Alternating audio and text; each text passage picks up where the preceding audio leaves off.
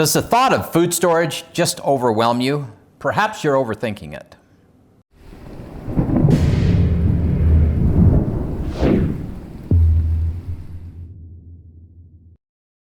Hey Provident Preppers, I'm Kylene. And I'm Jonathan. Today we're talking about food storage, and sometimes it overwhelms people.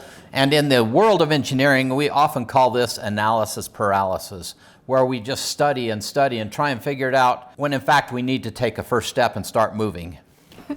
Okay, that's so funny because the world of engineering totally overwhelms me, but this I can handle. So in today's video, we're gonna talk about 9 different helpful hints that can keep you from getting analysis paralysis. First, let's talk about defining food storage. So for me, I just look at it, food storage, as like having this incredibly well-stocked pantry. But for me, it also includes preparing ourselves for things like financial collapse, supply issues, economic challenges, building a reserve that basically is hunger insurance, which is truly important to me. Do you see how my well-stocked pantry was totally complicated by all his explanations? Let's just make this super simple. Let's stick with 9 things. Number 1, stock the foods that you normally eat. Shelf-stable foods are ideal, right? But when you go to the store, if you normally buy, for instance, 1 can of corn, instead of buying 1, buy 3 or 6 or 10. Whatever it is that you can afford, and gradually build that pantry. And number 2, stock up on food when they go on sale. During the holidays, a lot of times you'll have your basic baking supplies, Christmas and Thanksgiving. You'll have all those great supplies go on sale. And then also seasonally, you'll find sales on different items. So just keep an eye out.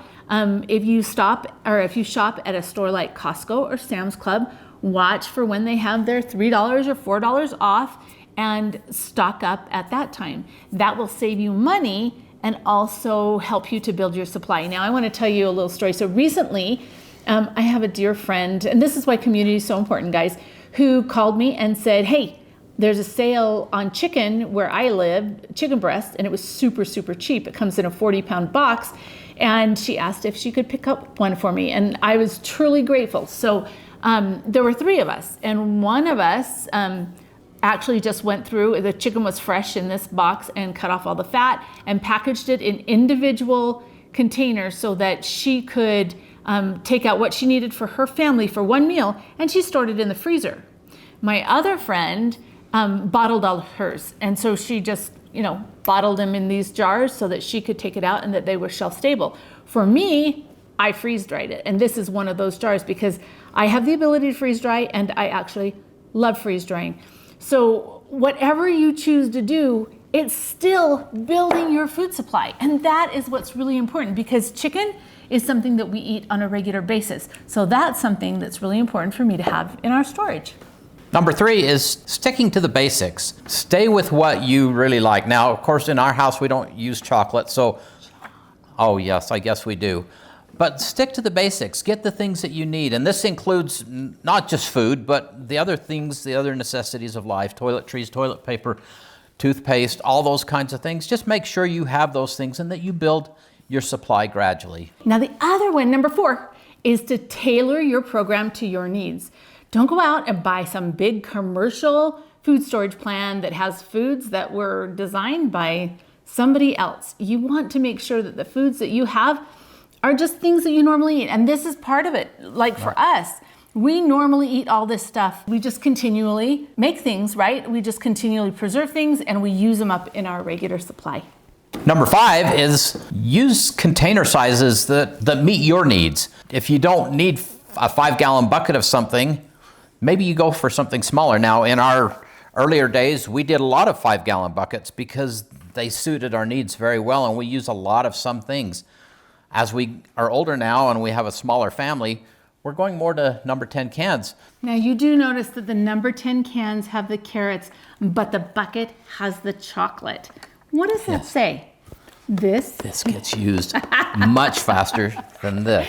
Okay, and then let's move on to number 6. Don't repackage anything unless you really need to, because it costs money and time, And sometimes you just don't get a lot of added value to it. Now, so we did a video and it's called Mylar Isn't Magic. And just because you put something in a Mylar bag doesn't mean that it's gonna last forever. For instance, here's some grandma's molasses. This probably has about a forever shelf life in this glass jar, protect it from breaking, but there's no reason to repackage that. Same thing with Jonathan's peanut butter. We have posts, and I'll put the links, but one is how to store food in glass jars, and one is how to store it in plastic containers. Number 7 is about a short-term food supply. Now, we call it a short-term food supply because these foods won't store for 25 or 30 years.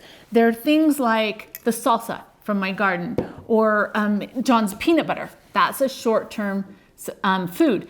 Stocking your pantry, just building a supply of foods that you normally eat that are just in the cans or bottles or whatever that you got from the grocery store, is actually the ideal way to build your food storage, because those are foods that you normally eat on a regular basis. And number 8 is the longer term foods. Now, do you do the short term and the long term together? Do you do one and then the other?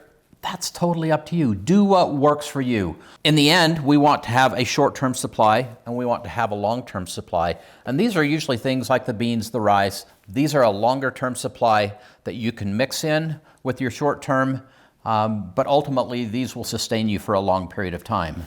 And they store on the shelf longer, right? So wheat can store for 30 years if it's packaged correctly and still be good and still sprout. These are just something that you tuck away, and in case things get really hard, you've got them and you didn't have to worry about them. Now, we bake from scratch a lot. And so we do use wheat and rice and lots of dry beans, more dry beans than I want to use. They're so delicious and nutritious. Jonathan and Ben are seriously addicted to beans. Yeah, you can feel for me in all kinds of different ways. Don't be afraid of long-term storage, right? But don't think that your food storage is just long-term, because you're overthinking that. Right. It can be just the things that you've purchased at the store, like the chocolate, which, by the way, so the chocolate, I just put it in a bucket with a Gamma Seal lid in its original packaging. No big deal. And it's fast, it's easy, and it's gone through so quickly that it never goes bad. Are you mocking me? Yes. I like chocolate. He likes beans. Who'd have thought? And now for number 9, plant a garden to grow fruit trees. And even in your landscape, plant edible plants. So we have a hedgerow of apple trees that ripen consecutively. They start in August and they end in November with a black Arkansas. And so those apples, not only are they providing a windbreak and a privacy screen, but they just look beautiful, and they will provide all throughout the growing season apples for our family. Yeah. So that's one of the ways that growing your own food really helps with your food security.